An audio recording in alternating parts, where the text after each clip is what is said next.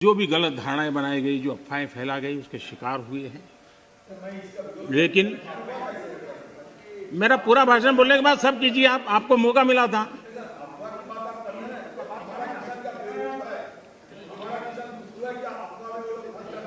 आप तो ऐसे शब्द उनके लिए बोल सकते हैं, हम नहीं बोल सकते, हम नहीं बोल सकते हैं।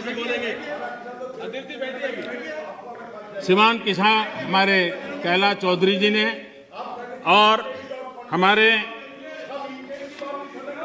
पूरे समय बोलते ही रहेंगे क्या? माननीय आपको पर्याप्त समय पर्याप्त अवसर दिया था, आपने पूरी बात कही, उस समय किसी ने टोका टोकी नहीं की।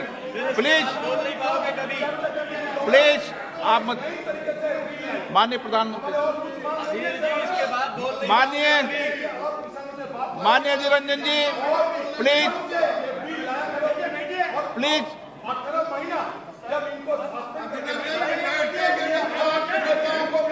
माननीय Adhir Ranjan ji, please please please please please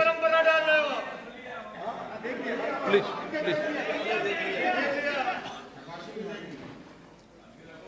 देखिए मैं कितनी सेवा करता हूं आपकी। आपको जहां रजिस्टर करवाना था हो गया। आंदोलन कर रहे सभी किसान साथियों की भावनाओं का ये सदन भी और ये सरकार भी आदर करती हैं, आदर करती रहेगी।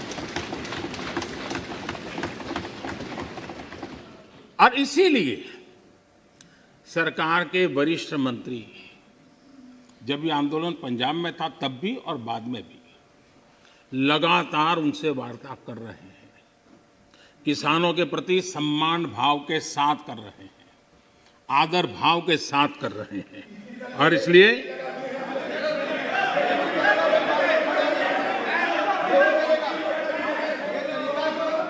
आपने 30 मिनट, 1 मिनट,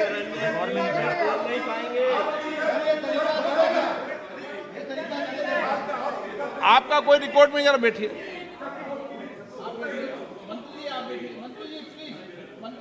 अधीर बाबू कुछ कहना है तो और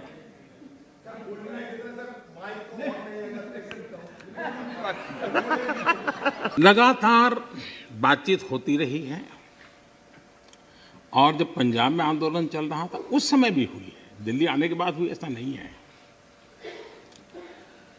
बातचीत में किसानों की शंकाएं क्या है वो ढूंढने का भी भरपूर प्रयास किया गया। उनसे लगातार कहा गया कि भाई अपन एक एक मुद्दे पर चर्चा करें। और नरेंद्र सिंह जी तोमर ने इस विषय में विस्तार से बताया भी है राज्यसभा में, तो क्लोज बाय क्लोज चर्चा करने के लिए भी तो कहा। और हम मानते हैं कि अगर इसमें कोई कमी हो और सचमुच में किसान का नुकसान करते हैं, उसमें बदल करने में क्या जाता है जी। ये देशवासियों के लिए है। अगर कोई निर्णय करते हैं तो किसानों के लिए है। लेकिन हम इंतजार करते हैं, अभी भी हम इंतजार करते हैं कि वो अगर कोई चीज स्पेसिफिक बताते हैं और अगर वो कन्विंसिंग है तो हमें कोई संकोच नहीं है। और इसलिए हम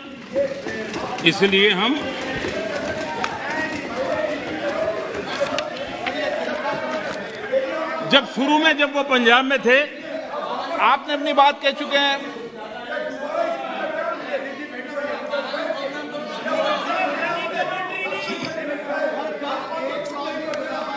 एक मिनट बोल दिया ना, नहीं ऐसा ठीक नहीं है। आपको पर्याप्त समय पर्याप्त अवसर मैंने दिया था, किसी ने टोका टोकी नहीं की थी। नहीं माननीय सुरेश जी, प्लीज बैठिए, प्लीज। नो, ये तरीका नहीं है, नहीं, नो। ये ऑर्डिनेंस के द्वारा ये तीनों कानून लागू किए गए थे, बाद में पार्लियामेंट में भी पारित हुए। कानून लागू होने के बाद न देश में कोई मंडी बंद हुई है, कानून लागू होने के बाद न कहीं एमएसपी बंद हुआ है। ये सच्चाई है जिसको हम छुपा करके बातें करते हैं, इसका कोई मतलब नहीं है। इतना ही नहीं, एमएसपी की खरीदी भी बढ़ी है और ये कानून नए बनने के बाद बढ़ी है। और इसलिए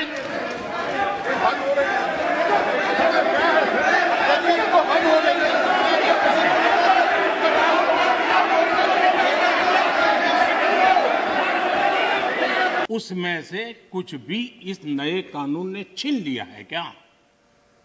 इसकी चर्चा, उसका जवाब कोई देता नहीं है। सब कुछ वैसा का वैसा वो है पुराना। क्या हुआ है? एक अतिरिक्त विकल्प व्यवस्था मिली है, वो भी क्या कंपलसरी है? किसी कानून का विरोध तो तब मायना रखता है कि जब वो कंपलसरी हो। ये तो ऑप्शनल है। आपको मर्जी पड़े यहां जाना है जाइए, आपको मर्जी पड़े वहां नहीं जाना है वहां जाइए, जहां ज्यादा फायदा हो वहां किसान चला जाए, ये व्यवस्था की गई है। और इसलिए प्लीज अधीर रंजन जी, अब ज्यादा हो रहा है। अधीर रंजन जी प्लीज, अब ज्यादा हो रहा है, अब ज्यादा हो रहा है।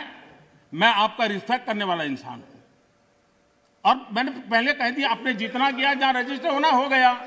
और बंगाल में भी टीएमसी से ज्यादा पब्लिसिटी आपको मिल जाएगी। बाबा क्यों इतना? हाँ दादा, देखो मैं बता दिया, चिंता मत करो, मैंने बता दिया।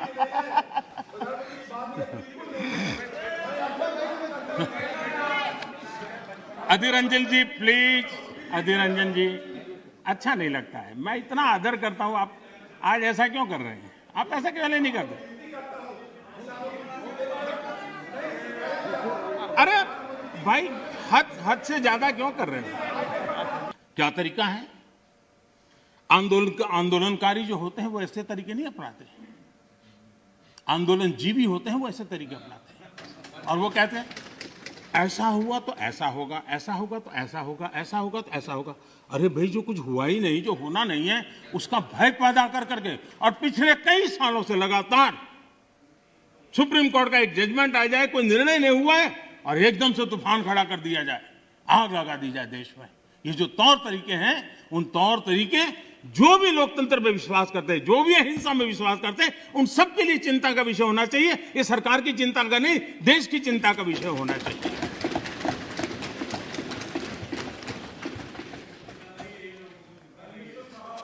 इस प्लीज बाद में समय मिलेगा आपको। मैं हैरान हूं, पहली बार एक नया तर्क आया इस सदन में कि भाई हमने मांगा नहीं था तो दिया क्यों? हमने मांगा नहीं तो दिया क्यों? पहली बात है कि लेना न लेना आपकी मर्जी है, किसी ने किसी के गले मड़ा नहीं है, ऑप्शनल है, एक व्यवस्था है और देश बहुत बड़ा है। हिंदुस्तान के कुछ कोनों में इसका लाभ होगा, हो सकता है किसी एक आध कोने में न भी हो, लेकिन ये कंपलसरी नहीं है। और इसलिए मांगा और दिए का मतलब नहीं होता है। लेकिन मैं फिर भी कहना चाहता हूं, इस देश में माननीय अध्यक्ष जी, दहेज का कानून, दहेज के खिलाफ कानून बने, ये इस देश में कभी किसी ने मांग नहीं की थी, फिर भी देश की प्रगति के लिए कानून बना था।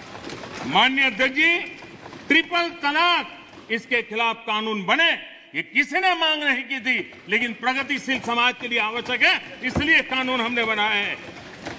हमारे यहां बाल विवाह पर रोक, किसी ने मांग नहीं की थी कानून बनाओ, फिर भी कानून बने थे, क्योंकि प्रगतिशील समाज के लिए आवश्यक होता है। शादी की उम्र बढ़ाने के निर्णय किसी ने मांग नहीं की थी, लेकिन प्रगतिशील विचार के साथ वो निर्णय बदलने पड़ते हैं। बेटियों को संपत्ति में अधिकार किसी ने मांग नहीं की थी, लेकिन एक प्रगतिशील समाज के लिए आवश्यक होता है, तब जाकर के कानून बनाया जाता है। शिक्षा को अधिकार देने की बात किसी ने मांग नहीं की थी, लेकिन समाज के लिए आवश्यक होता है, बदलाव के लिए आवश्यक होता है, तो कानून बनते हैं।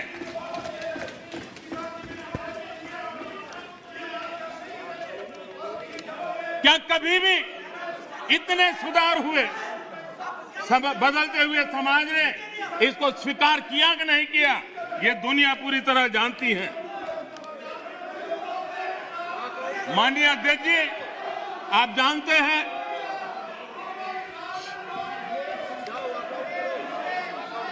ने पर्याप्त समय, पर्याप्त अवसर दिया है बोलने का, ये तरीका ठीक नहीं है आपका। ठीक,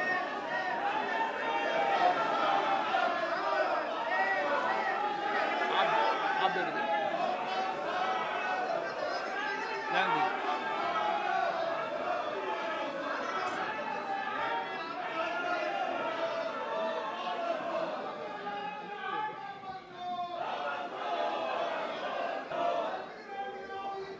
बहुत पुरानी पार्टी कांग्रेस पार्टी, जिसने करीब करीब 6 दशक तक इस देश में एक चक्री शासन किया, ये पार्टी का ये हाल हो गया है कि पार्टी का राज्यसभा का तबका एक तरफ चलता है और पार्टी का लोकसभा का तबका दूसरी तरफ चलता है। ऐसी डिवाइडेड पार्टी, ऐसी कंफ्यूज पार्टी न खुद का भला कर सकती है, न देश की समस्याओं के समाधान के लिए कुछ सोच सकती है। इससे बड़ा दुर्भाग्य क्या हो सकता है? कांग्रेस पार्टी राज्यसभा में भी है, कांग्रेस पार्टी के वरिष्ठ नेता राज्यसभा में बैठे। सरकार, एक मिनट दादा, अरे सुनो दादा, अरे दादा वही मैं कह रहा हूं, दादा मैं वही कह रहा हूं, जो नहीं चाहता है वो उसका उपयोग न करे, उसके पास पुरानी व्यवस्था है। यही आप बुद्धिमान लोगों को इतना ही छोटा मुझे समझाना है कि उसको नहीं चाहिए तो पुरानी व्यवस्था है, पुरानी व्यवस्था चली नहीं गई है। माननीय अध्यक्ष जी,